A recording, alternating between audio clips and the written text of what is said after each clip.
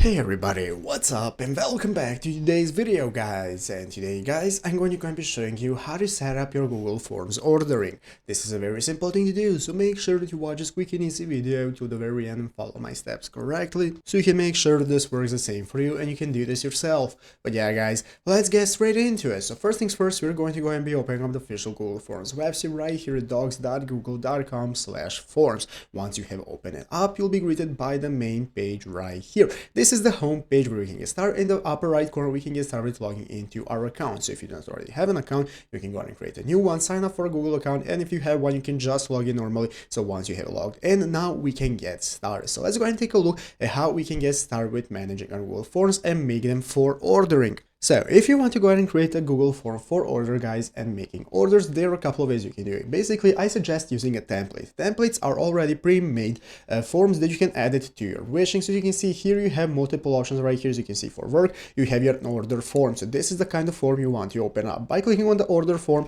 it's going to go ahead and give you the option to edit this already made form for orders. You can see order request. After you fill out this order request, we'll contact you and then you can manage your info right here. So are you a new existing customer? What is the item you like to order, and so on. You can manage the questions right here. They're already pre-made. You can edit them and so on. Basically, this is something you can use to go ahead and create your form. So as you can see, if you want to go ahead and create it from scratch by yourself, you can just click the blank form option right here. That's going to enable you to go ahead and make a form as you wish. You can give it a name right here. You can give it a description. You can go ahead and make any questions with answers and so on. Basically, you can create it from scratch, but I suggest using the template as it's the easiest way to do it. So I hope this video was helpful. If it was, make sure to leave a like, subscribe to the channel. So you guys, thanks for watching. Take care and bye.